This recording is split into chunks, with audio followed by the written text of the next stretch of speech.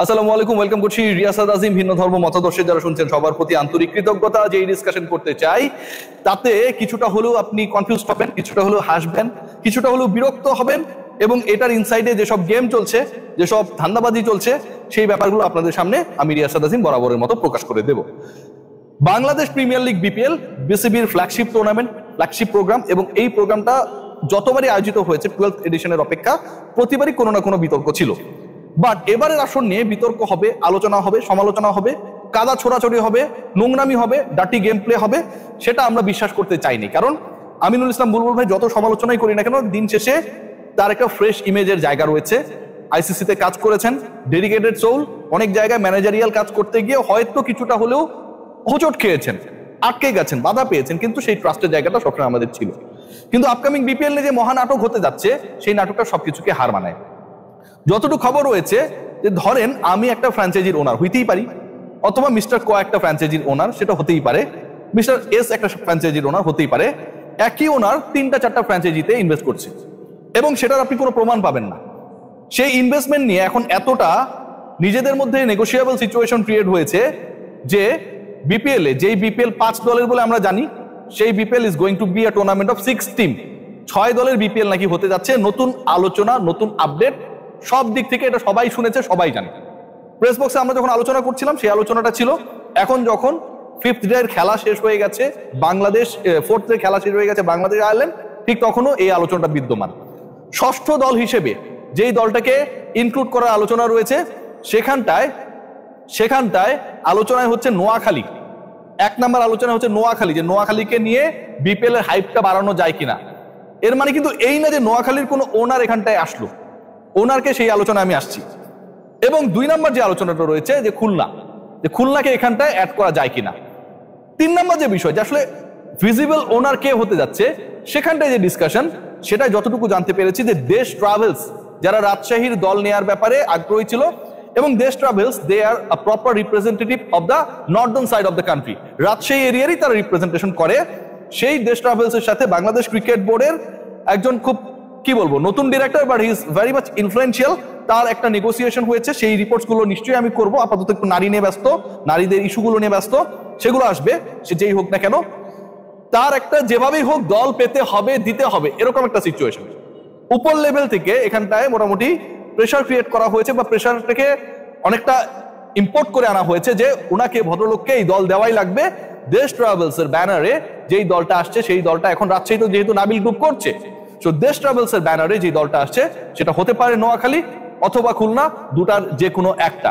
এবং এটাকে জাস্টিফাইড করার জন্য গতকালকে ক্রিকেটারদেরকে বলা হয়েছে, মানে ক্রিকেটাররা তো জানে না who are going to be the owner, right, যে একটা দল বাড়লে কেমন হয় টাইপের। আচ্ছা না ভাই, আজকে বিরিয়ানি খাইলে কেমন হয়? হ্যাঁ, ভালো হয়, ঠিক আছে। বিরিয়ানির মধ্যে আপনি কি দিচ্ছেন আর পাকাইছে কি, এটা তো আপনি জানেন।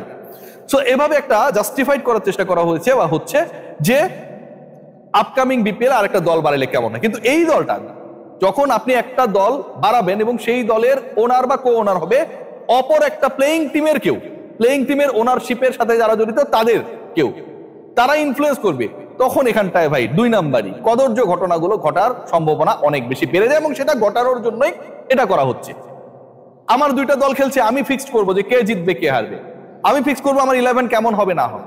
আইপিএল, বিপিএল, সিপিএল, এই যে বিভিন্ন এল গুলো রয়েছে, এগুলোর সাথে যারা জড়িত ওনারশিপে, দে আর ভেরি মাচ ইনফ্লুয়েন্সিয়াল, এবং টিম তাদের মতো করেই হবে।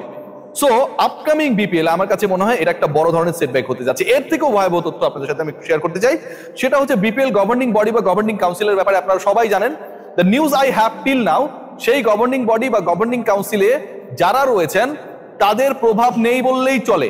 Aminul Islam Bulbul is playing a very dummy role. Aminul Islam বুলবুলের এখানে কোনো ইফেক্টিভ রোল নেই, তিনি গভর্নিং কাউন্সিলের চেয়ারম্যান। রিয়েলি আমিনুল ইসলাম বুলবুলের এখানটায় কোনো ধরনের ইফেক্টিভ রোল নেই, though he is the governing council chairman. এবং একই সাথে এখানটায় মেম্বার সেক্রেটারি হিসেবে যিনি রয়েছেন, যতটুকু শোনা যায় আকাশে বাতাসে, ডানে বামে, মাটিতে, অন্তরিক্ষে, তাতে তারও কোনো ভূমিকা খুব বেশি নেই। So who is the main mastermind, godfather, for arranging the upcoming BPL, for ensuring the number of teams, কে সে? এটা একটা বড় প্রশ্ন, এবং এই সংক্রান্ত আলোচনাগুলো, ডিসকাশনগুলো খুব দ্রুত আপনাদের সামনে আমি নিয়ে আসবো। সো এই যে ঘটনাগুলো ঘটছে, যে আপনি আপনার মতো করে কলকাঠি নাড়ছেন, আপনি আপনার মতো করে টিম সিলেকশন করছেন, আপনি আপনার মতো করে গভর্নিং কাউন্সিলকে অকেজো করে দিচ্ছেন, এবং আপনি আপনার মতো করে যাদের ইচ্ছা তাদেরকে এখানটায় ঢুকানোর চেষ্টা করছেন, দল কমাচ্ছেন বাড়াচ্ছেন, এটা কোনোভাবেই সাপোর্টেবল না। নাম্বার 2, যেই ফ্র্যাঞ্চাইজিগুলো টপ 5 হিসেবে তাদের শুরুতে ফ্র্যাঞ্চাইজি ফি টাকা দিতে পারে নাই, যে ফ্র্যাঞ্চাইজি ফি টাকা দিতে পারে নাই অথবা যার কাছ থেকে অ্যাকসেপ্ট করা হয় নাই, আপনি কি নতুন কাউকে অ্যাড করতে পারেন কিনা? যদি আপনি সেটা পারেন, যদি সেটা আপনি করেন, তাহলে খুলনার মাইন্ডটিকেও আপনাকে সুযোগ দেওয়া উচিত। আমি একটা এক্সাম্পল দিচ্ছি, সবার জন্যই তো এটা সমান হওয়া উচিত, কিন্তু আপনি সেটা করছেন না। কিন্তু দেশ ট্রাভেলসের সাথে বাংলাদেশ ক্রিকেট বোর্ডের নতুন একজন ডাইরেক্টরের ভয়াবহ রকমের সক্ষতার কারণে ইউ আর এনকারেজিং দেম একটা টিম নেওয়ার জন্য, যারা বিট করেছিল to get the Rajshahi team, সেটাও আরেকটা ডাইরেক্টরের। সেখানটায় না গিয়ে আপনি যে সুযোগটা করে দিচ্ছেন যে আমার ডাইরেক্টরের টিম মানে টিম পাবে, অন্য কারো টিম হলে পাবে না, এটা কিন্তু ভয়াবহ একটা ঘটনা। চট্টগ্রাম নিয়ে একটু আপডেট জানাতে চাই। তারা যখন ফেইল করেছে টাকা দিতে এবং চট্টগ্রাম থাকছে না, এরকম একটা ডিসকাশন হচ্ছিল, ঠিক এর পরের ঘটনা যেটা, এখানটায় নাকি অনেকেই মানে এই চট্টগ্রামকে কেন বিপিএল এ রাখা যাবে না বা রাখলে ঝামেলা, এই সংক্রান্ত ডিসকাশন গুলো হচ্ছিল, সেখানটাও নাকি ইনফ্লুয়েন্স করার চেষ্টা করা হয়েছে। সেখানটাও চট্টগ্রামে কি যেন একটা ফাইবার কেবল অপটিক কি যেন একটা আছে, ছোটবেলায় পড়তাম এগুলা বিজ্ঞানে, এরকম একটা কোম্পানির মালিক যাদেরকে আমরা কেউ দেখি না, এবং যেখানটায় মিস্টার এ কে আপনারা সবাই জানেন, আমি বলবো পরবর্তীতে, তিনিও জড়িত। সেরকম একটা দলের ফেভারে যখন বাংলাদেশ ক্রিকেট বোর্ডের টপ অথরিটি, বাংলাদেশ ক্রিকেট বোর্ডের ইনফ্লুয়েন্সিয়াল ব্যক্তিবর্গ ইনভলভ হয়, বাংলাদেশ ক্রিকেট বোর্ডের ইনফ্লুয়েন্সিয়াল ব্যক্তিবর্গ যেভাবেই হোক না কেন চট্টগ্রাম টাকা দিতে পারুক আর না পারুক তাদেরকে রাখার জন্য ইনফ্লুয়েন্স করে, তখন এর পেছনে কি কারণ বিদ্যমান সেটা জানার অধিকার সবার রয়েছে।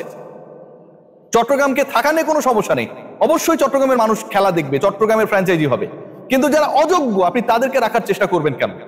যেই মানুষটা অযোগ্য আপনি যদি তাকে যোগ্য বানানোর চেষ্টা করেন, তার মানে এখানে ভিতরে কোনো একটা ঝামেলা রয়েছে।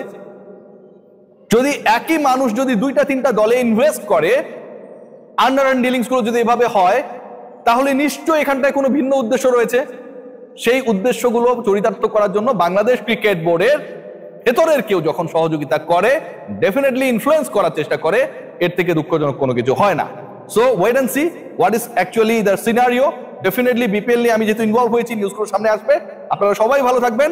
6 দলের বিপিএল হওয়ার চান্সেস এখন ভেরি হাই, যেখানে 5টা দল নিয়ে টানাটানি ছিল, এবং 30 তারিখ এত দেরি পর্যন্ত এই যে অপশনের ডেটটা পেছানোর অন্যতম কারণ যেন আরেকটা দল ঢোকানো যায় এবং সেই দলটার পুরো প্রসেসটা প্রপারলি মেনটেন করা যায়। আরেকটা লাস্ট তথ্য দেব, যে দলটা ঢোকার চেষ্টা করছে সেটার সাথে বিভিন্ন সময় ফিক্সিং এলিগেশনসে যাদের নাম এবং সন্দেহভাজনদের তালিকায় যারা রয়েছেন তারা ইনভলভ, তাদের প্রত্যেকটাকে আমি চিনি। নিশ্চয়ই এই রিপোর্টগুলো আসবে। সবাই ভালো থাকবেন।